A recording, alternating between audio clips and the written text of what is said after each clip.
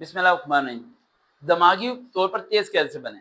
हमारे इर्द गिर्द लोग नजर आते होंगे, सबक ही नहीं याद होता होगा और अक्सर घर वाले बोलते होंगे यार ये तो बुद्धू है, बेवकूफ है, नालायक है, निकम्मा है। चाहे लड़की हो या लड़का हो, लड़की को अल्फाज बोले जाते हैं कि मेरी बेटी जो सी है वो झाइल है, वो समझदार नहीं है, ये बेवकूफ है, सारे फैसले गलत लेती है, इसे कोई काम दे तो सही होता ही नहीं।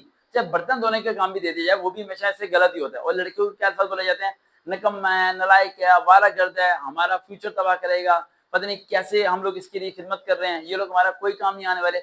ऐसे अलग अलग अल्फाज आपको इर्द गिर्द सुनने को मिलते हैं ना। और मैट्रिक के पेपर हो जाए, कुछ भी हो जाए, तो बच्चों के लिए अपने ही घर में जीना मुश्किल हुआ होता है। रिजल्ट आने से पहले तक उनका जीना मुश्किल हुआ होता है। उन्हें ताने दे दे के मार देते हैं कि भाई तुम मेंटली तौर पर वीक हो, तुम स्ट्रांग नहीं हो और तुम्हारे अंदर कोई भी सुपर पावर्स नहीं है। ऐसा हम क्या करें कि हम इन सब चीजों को फेस करने के दौरान अपने आप को स्ट्रांग कर जाएं। मैं 3-4 बातें बताने लगा हूँ, सिर्फ 5 पॉइंट्स बताऊंगा, इन्हें आपने फॉलो करना है। ये 5 पॉइंट्स वो हैं जो मैं खुद फॉलो करता हूँ। मैं हमेशा आपको वही बात बताने की कोशिश करता हूँ जो मैं खुद अप्लाई करता हूँ अपनी प्रैक्टिकल लाइफ के अंदर। पॉइंट नंबर 1, फैमिली वालों से कम बात किया करो।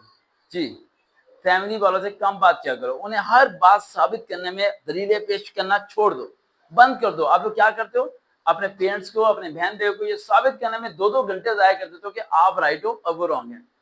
जब आपको पता है कि आपके पास इख्तियार ही नहीं है अपने आप को राइट साबित करने का, तो क्यों 2 घंटे वेस्ट कर रहे हो अपने अल्फाजों की। मत बोलो यार। वो कहते हैं तुम नालायक हो, मस्ट हैव टू लिसन, सिर्फ सुनते रहो। वो कहते हैं तुम निकम्मे हो, नहीं अम्मी मैं निकम्मे नहीं हूँ, क्यों बोल रहे हो यार, फायदे नहीं है।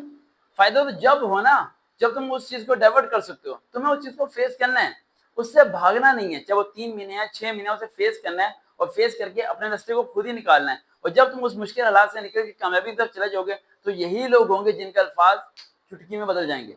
यही सब लोग बदल जाएंगे, तुम्हारे इर्द गिर्द होंगे। तुम्हें मेरी बातें याद आएंगी कि यार सर ने बिल्कुल सही कहा था। अब ये सब लोग बदल चुके हैं और सब लोग मेरी तारीफों के पुल बांध रहे हैं। ये वही लोग हैं जो मुझे घर से देखे देखे निकालने पे रेडी हुए थे। पॉइंट नंबर 2, सबसे खूबसूरत टाइम वो होता है सुबह के 1 से 3 बजे के दरमियान।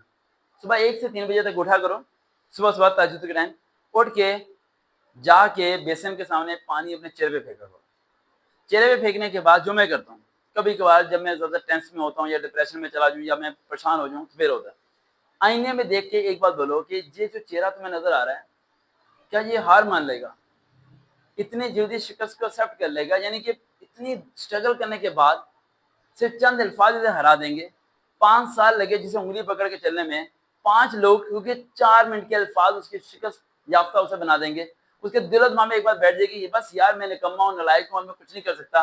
ये बात सोचते हुए सोचा करो। फिर उस टाइम उठो और बैठो, लैपटॉप ओपन करो, मोबाइल ओपन करो, रजिस्टर ओपन करो, कुछ भी ओपन करो, नोट्स बनाना शुरू करो। कॉन्स्टेंटली वर्क करो, अपने पर वर्क करो। ये चलना कैसे है, मुझे बोलना कैसे है, मैंने अपनी लाइफस्टाइल को कैसे चेंज करना है, कैसे मैंने पूरी दुनिया को अपने ताबे करना है। एक कमरे से तुम पूरी दुनिया को ताबे कर सकते हो। तुम एक गली से निकल के पूरी दुनिया तक आवाज पहुंचा सकते हो, लेकिन अगर तुम चाहो तो। उससे पहले तुम्हें अपने दिमाग को ये एक्सेप्ट करना है कि तुम्हें ये करना है। और अगर तुम ये एक्सेप्ट नहीं करा सकते तो तुमसे होगा भी नहीं। फिर तुम सिर्फ कहानियां कर सकते हो, तुमसे होना कुछ नहीं है। Point number 3, the most important point, daily basis changing. कितना चेंज लेके आते हो अपने अंदर। एक बुराई है बचपन से चली आ रही है, किसी पीटी शादी चल रही है, छोड़ते क्यों नहीं उससे। बातें करना, चैटिंग करना, उससे मिल लो, ये कर लो, वो कर लो। आधी जिंदगी तुमने प्यार मोहब्बत में जाया कर दी और आधी जिंदगी इसमें जाया कर दी कि वो मुझे मिला क्यों नहीं है। अरे फारग हो तुम लोग यार, तुम्हारी क्या वैल्यू है। तुम्हारे जैसे लोगों को पकड़ के लोग कबाड़ी में फेंक देंगे। वैल्यू बनाओ अपनी। तुम्हें इस बात पर फर्क नहीं पड़ना चाहिए कौन तुमसे प्यार करता है, तुम्हें इस बात पर फर्क नहीं पड़ना चाहिए कौन तुम्हें छोड़ के जाता है। फर्क उन्हें पड़ना चाहिए जिन्हें तुम छोड़ते हो। मतलब तुम्हें फर्क पड़ रहा है, अगर तुम्हें फर्क पड़े तो तुम लीडर बन ही नहीं सकते भाई। इस वीडियो को छोड़ो, जाके चाय पानी पियो। Last point, the most important point, जो मैं अक्सर कोशिश करता हूँ फॉलो करने की, लेकिन कभी कभार फॉलो नहीं भी हो पाता, थोड़ा मुश्किल है।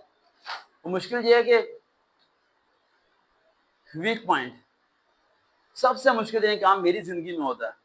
You have to find out your weak point and you have to do a work to recover it. उसे रिकवर करना, उसे ओवरकम करना बेइंतहा मुश्किल काम है, क्योंकि हर शख्स आईने के सामने अपने आप को परफेक्टली समझता है। अपने से वीक पॉइंट लो कि मैंने पिछले हफ्ते ये सारी गलतियां की और ये सारी गलतियां मेरी फजूल थी, टाइम वेस्टिंग थी, जिससे मैंने 1 घंटा बात किया। फजूल है, फारग बंदा है यार, ऐसे को तो मिनट में जाके ब्लॉग मारना चाहिए। इस बंदे को मैंने कहानी सुनाई, फजूल है ये। अरे मैंने 1 घंटा टिकटॉक देखा, फजूल है। मैंने 1 घंटा ये वीडियो देखी, फिल्म देखी, फजूल है। मैं 24 घंटे में से 12 घंटे जाया कर रही हूँ। अरे 6 घंटे सो रही हूँ, संडे को लेट उठ रही हूँ। आखिर मैं ख्वाब क्या देख रही हूँ? मेरे ख्वाब तो मैंने अपने पाँव के नीचे रख के दफन कर दिए हैं। ये सोचते हो तुम लोग। इन सब चीज़ों को कुर्बान करना पड़ेगा। फिर जाके तुम एक कुछ बन पाओगे और फिर तुम ऐसे बन पाओगे कि लोग तुम्हें देखेंगे, लोग तुमसे इंस्पायर होंगे, लोग तुमसे बात करना चाहेंगे। लेकिन उसके लिए तुम्हें अपने आप को सर के बाल से लेके पाँव के नाखून तक पूरे के पूरे को बदलना पड़ेगा। देखते रहें चैनल सर्वकाबिज रियल मोटिवेशन। दोबारा मुलाकात होगी। अल्लाह हाफ़िज़।